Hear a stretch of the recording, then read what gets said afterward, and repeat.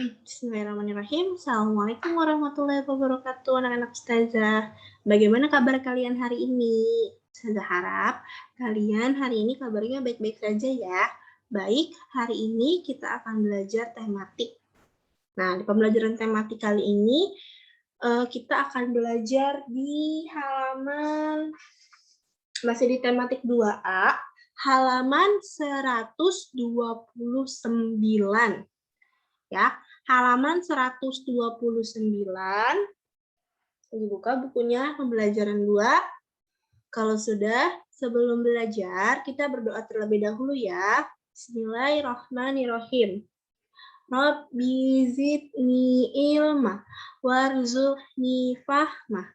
Ya Allah, tambahkanlah ilmuku dan pertinggilah kecerdasanku. Amin ya robbal alamin. Baik, silakan dibuka bukunya anak-anak ustazah. Nah, hari ini kita akan belajar pembelajaran 2. Nah, didengarkan ya, diperhatikan. Nah, baik. Warga selalu melakukan senam pagi setiap hari Minggu. Senam pagi membuat tubuh menjadi lebih sehat. Warga sudah berkumpul di pinggir lapangan untuk senam pagi. Nah, siapa di sini yang suka ikut senam? Nah, biasanya tuh di hari Minggu atau di hari-hari libur biasanya suka ada senam pagi tuh. Jadi orang-orang berkumpul untuk senam pagi. Fungsinya untuk apa? Untuk badan agar tetap lebih sehat. Karena kan kadang seminggu full ada yang bekerja, ada yang sekolah dan lain-lain, nggak sempat berolahraga. Makanya di hari Minggu karena hari libur, kita biasanya melaksanakan senam. Nah, siapa yang suka ikut senam nih di RT-RT atau di RW atau di RPTRA biasanya, atau di lapangan-lapangan. Nah, oke. Untuk itu, dengarkan Ustazah membaca ya. Setiap hari Minggu, warga di lingkungan rumah Indo melakukan senam pagi bersama. Pagi itu, semua warga berkumpul di pinggir lapangan. Tolong, semua berbaris di tengah lapangan. Maaf, cepat berbaris, hari sudah siang. Senam pagi akan dimulai, kata Kak Rino. Kak Rino yang mengajar senam pagi, semua warga berbaris rapi di tengah lapangan. Senam pun dimulai. Semua terlihat senang melakukan gerakan. Nah, ini gambarnya nih, gambar mereka sedang senam pagi. Nah, untuk itu jawablah pertanyaan berikut untuk mengetahui isi dari teks berikut. Nah, silakan dijawab. Ustazah, di foto nggak? Nggak usah ya, yang ini nggak usah difoto, karena kita sudah jawab bersama-sama. Nomor 1, kapan warga di lingkungan rumah Indo berkumpul? Setiap hari Minggu. Nah, apa yang akan mereka lakukan? Nah, mereka lakukan apa nih? Senam pagi. Mereka lakukan senam pagi bersama. Nah, di mana mereka berkumpul? Di mana nih? Semua warga berkumpul di pinggir lapangan, berarti berkumpulnya di pinggir lapangan. Nah, siapa Kak Ino? Nah, Kak Ino yang mengajar atau instruktur biasanya kalau kita bilang. Instruktur senam. Nah, instruktur atau pengajar senam itu semua sama aja, ya. Bagaimana warga melakukan kegiatan mereka? Apa nih? Bagaimana ya dengan berbaris yang rapi? Nah, jadi kalau nanti kalian mau ikut senam, kalian harus berbaris yang rapi agar nanti ketika senam kan ada gerakan-gerakan yang energik tuh, jadi nggak senggol sana sini, gitu ya. Oke, untuk pertanyaannya boleh di pause terus atau boleh di screenshot boleh ya. Silahkan ditulis ya anak-anak. Baik, kalau sudah kita next ke halaman selanjutnya. Nah, di halaman kali ini kita akan menyimak. Pada cerita di atas terdapat kata permintaan tolong dan maaf. Kalimat permintaan tolong adalah meminta bantuan orang lain untuk melakukan sesuatu. Selain kalimat permintaan tolong, ada pula permintaan maaf. Contohnya yang tadi, tolong semua berbaris di tengah lapangan. Nah, itu kalimat permintaan tolong. Yang kedua, maaf, cepat berbaris, hari sudah siang, senam akan dimulai. Nah, itu adalah kalimat permintaan maaf. Nah, sekarang anak-anak ustazah di bawah ini ada ayo menulis. Tulislah kalimat permintaan tolong atau permintaan maaf untuk kejadian berikut. Nah, kita lihat nih kejadiannya. Jadi sesuai konteks ya. Entah ini konteks minta maaf atau konteks menolong. Nah, sebelumnya yuk kita baca bareng-bareng. Pak Sony minta bantuan Pak Darso untuk mengecat rumahnya. Nah, kata permintaan tolongnya bagaimana? Atau kayak gini boleh nih. Ini contoh dari ustazah ya. Kalian terserah mau kata-katanya apa boleh. Terserah kalian, tapi ini contoh dari ustazah. Misalkan, Pak Darso, tolong cat rumah ya, atau cat rumah boleh.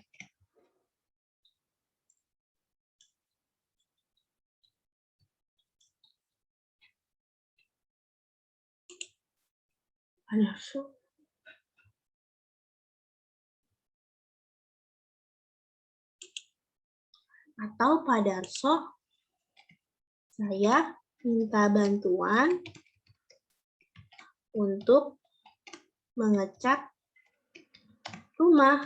Nah, ini juga boleh ya. Nah, terus konteks kedua, Pak Ali meminta maaf ke Pak Banu tidak dapat ikut kerja bakti karena sakit. Nah, berarti ini kalimat permintaan maaf. Nah, saya bilang gini, maaf Pak Danu, saya tidak bisa ikut kerja bakti. Alasannya kenapa? Karena saya sedang sakit. Nah, ini boleh ya. Nah, ini kalimat permintaan maaf. Nah, yang ketiga, petugas perpustakaan meminta anak-anak tidak berisik. Nah, contoh berarti kalau yang ketiga ini contoh kalimat permintaan tolong. Misalkan, contohnya, anak-anak, mohon tidak berisik di dalam perpustakaan. Nah, ya. Terus yang keempat, kemudian minta tolong membelikan gula kepada Mona. Nah, seperti ini. Mona, tolong belikan saya gula di warung depan, misalkan. Nah, ini kalimat permintaan tolong, ya. Nah, seperti inilah contohnya. Nah, anak udah pada tahu kan contoh kalimat permintaan maaf dan kalimat permintaan tolong. Jangan lupa ya, kalau kalimat permintaan tolong itu biasanya diakhiri dengan tanda seru juga, sama dengan kalimat perintah. Ya. Kalau permintaan maaf biasanya diawali dengan kata maaf. Maaf ya. Nah, biasanya kalau permintaan maaf atau biasanya sering dibilang kalimat penolakan. Nah, biasanya kalau ada kalimat permintaan maaf dan kalimat penolakan, itu harus disertakan dengan alasan. Kenapa alasannya? Ya? Oke? Paham ya sampai sini? Oh iya, kalau misalkan masih bingung, boleh di screenshot dan juga boleh di post videonya ya. Baik, sudah selesai. Kalau sudah selesai, kita lanjut ke berikutnya. Ini nanti pelajaran olahraga akan disampaikan sama Bapak Albaikuni ya. Oke. Nah, di sini ada ayo lakukan. Senam bersama merupakan contoh hidup rukun dan sesuai dengan sila ketiga Pancasila. Apa sih sila ketiga Pancasila? Yaitu adalah Persatuan Indonesia. Lambangnya apa? Lambangnya adalah pohon beringin ya. Jangan lupa. Terus yang terus masih banyak kegiatan lain di masyarakat yang sesuai dengan nilai Pancasila. Salah satu contoh adalah membersihkan lingkungan sekitar dengan bergotong royong atau biasa disebut dengan kerja bakti. Lakukan pengamatan kegiatan di lingkungan tempat tinggalmu. Jelaskan pengamatanmu tentang kegiatan lingkungan tempat tinggal yang sesuai dengan Pancasila. Nah, kalau seperti ini kita harus melihat nih di lingkungan sekitar kita. Kira-kira selama ini atau di tahun-tahun kemarin lingkungan kita atau RT kita deh, RT sekitar kita itu suka melaksanakan kerja bakti nggak ya di hari Minggu? Misalkan kalau ada kalau misalkan ada jawabnya gini. Di lingkunganku ada kerja bakti setiap hari Minggu. Nah, atau kalau misalkan tidak ada, di lingkunganku tidak ada kerja bakti setiap hari Minggu, tetapi ada petugas PPSU yang selalu membersihkan lingkungan. Nah, itu juga boleh ya. Jadi kalian di sini mengamati nih di lingkungan sekitar kalian, apakah ada nggak kerja bakti tersebut, karena kerja bakti termasuk nilai Pancasila juga, yaitu adalah membersihkan lingkungan dengan bergotong royong. Seperti itu. Nah, setelah ini, oh iya, untuk ini, nah ini adalah tugasnya ya, bagaimana sikapmu? Warga di daerahmu sedang membersihkan got dari sampah. Bagaimana sikapmu? Apakah kamu akan ikut kerja bakti? Nah, kalau ini nanti tugasnya ya. Tugasnya kalian melakukan pengamatan dan kerjakan ini nih, bagaimana sikapmu. Ya, yang dikerjakan yang bagaimana sikapmu aja deh. Bagaimana sikapmu? Nah, bagaimana sikapmu? Karena kan ini yang harus jawab adalah kalian sendiri. Nah, bagaimana sikap kalian? Apa yang akan kalian lakukan? Seperti itu ya. Kalau Ustazah yang jawab, berarti nanti Ustazah juga yang akan jawab. Gitu ya. Jadi tugasnya ada di halaman 133, yang bagaimana sikap. Oke? Next. Nah, amati gambar berikut gambar kegiatan di masyarakat yang sesuai dengan nilai Pancasila. Tuliskan sila yang sesuai untuk masing-masing gambar. Baik.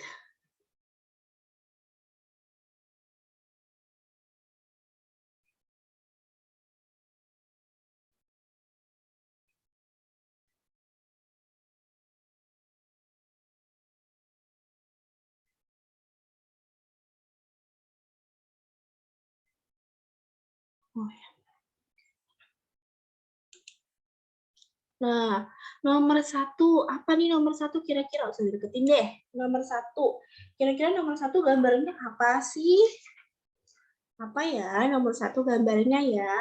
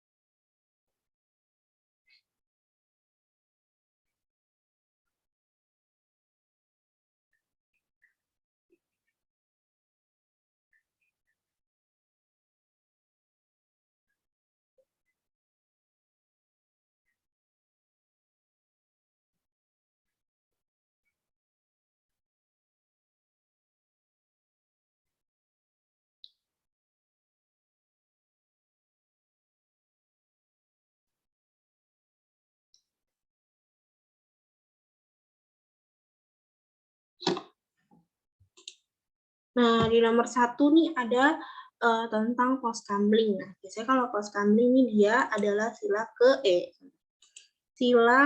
berapa nih? Ya, ada yang tahu nggak? Sila ke 3. Nah, ini deh. Sila ketiga, Persatuan Indonesia. Nah, jadi mereka ini warga masyarakat bersatu mengamankan wilayah agar tidak ada maling. Nah, yang kedua, nah ini gambar orang-orang banyak, terus ada Pak RT atau siapa nih di sini? Nah, biasanya ini adalah sila keempat. Apa sila keempat bunyinya? Perwakilan.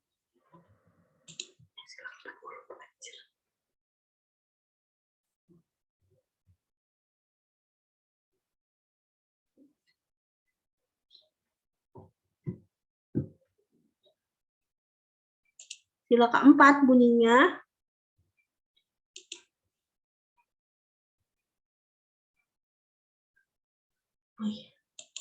kerakyatan yang dipimpin oleh hikmat kebijaksanaan dalam permusyawaratan perwakilan. Jadi mereka ini sedang bermusyawarah untuk mencapai sebuah hasil yang mufakat. Seperti itu. Ya, yang sila ketiga, nah yang tadi nih. Apa ya? Sama ya, ini adalah sila ketiga.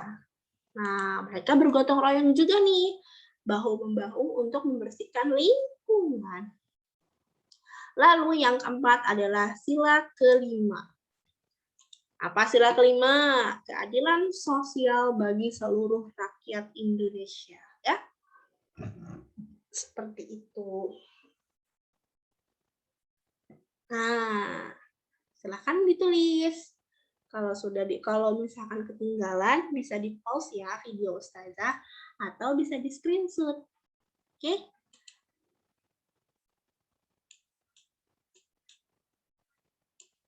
Nah, sekarang kita berdiskusi, mengapa kita harus hidup rukun di masyarakat? Iya, karena seperti yang Ustazah bilang kemarin, kita itu makhluk sosial, kita itu pasti membutuhkan orang lain. Jadi kita itu harus hidup rukun di masyarakat, ya. Yang kedua, apa manfaat hidup rukun dengan tetangga? Nah, tetangga itu kan adalah setidaknya dia adalah orang terdekat kita jikalau kita ada sesuatu hal yang mendesak. Nah, jadi kita harus baik terhadap tetangga karena tetangga adalah orang terdekat kita. Itu. Tapi bukan dalam satu rumah ya, jadi orang terdekat yang ada di lingkungan rumah. Nah, apa akibatnya jika kita tidak rukun dengan tetangga? Ya pastilah yang pertama itu akan menimbulkan apa ya? Kayak tidak enak atau bisa marah-marahan gitu. Padahal itu tidak boleh ya, kita itu harus hidup rukun. Oke? Oke. Untuk hari ini pelajarannya sekian.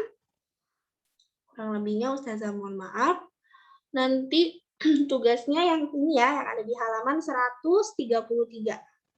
Yang bagaimana sikapmu. Lalu untuk besok, kan kita akan melakukan prakarya ya. Prakaryanya yaitu tentang, nah ini dia nih, membuat karya hias membuat karya hias dari biji-bijian. Nah, untuk desain dan gambarnya nanti Ustazah kirim hari ini juga. Kalian boleh print. Terus besok insya Allah kita akan Zoom. Kita akan membuat karya hias dari biji-bijian ini bersama-sama ya. Yang kalian butuhkan itu karton nggak usah ya, karena kan nanti kalian pakai gambar dari Ustazah yang Ustazah kirimkan. Yang kedua adalah pensil. Yang ketiga lem, yang keempat kacang-kacangan. Kacang-kacangannya terserah, boleh kacang tanah, boleh kacang hijau, boleh kacang merah atau apapun terserah kalian boleh ya. Boleh jagung-jagung juga, jagung-jagung kering tuh boleh, apa aja terserah. Terus beras. Secukupnya aja deh kalau beras ya, jangan banyak-banyak. Nanti kalau banyak-banyak kasihan mamanya nggak bisa masak. Jadi untuk beras secukupnya aja. Jadi untuk kacang-kacangan dan juga beras secukupnya aja, nggak usah banyak-banyak. Ya, nanti untuk desain gambarnya Ustazah kirimkan. Nah, biar kalian tahu nih, kira-kira aku mau pakai ini deh, mau pakai jagung karena warna kuning-kuning. Atau aku mau pakai ini, aku pakai kacang merah deh karena untuk gambar ini deh. Nah, jadi kalian bisa memikirkannya gitu ya. Untuk desainnya Ustazah kirim hari ini dan besok hari Kamis kita akan membuat karya hias dari biji-bijian bersama-sama ya. Oke? Besok hari Kamis kita Zoom jam 9. Sebelum mengerjakan prakarya, kita belajar tematik terlebih dahulu, belajar tulis-tulis terlebih dahulu. Setelah itu baru kita ini kita membuat karya hias dari biji-bijian. Oke. Untuk hari ini Ustazah rasa cukup. Apabila ada kesalahan, Ustazah mohon maaf. Wabillahi taufiq wal hidayah. Wassalamualaikum warahmatullahi wabarakatuh.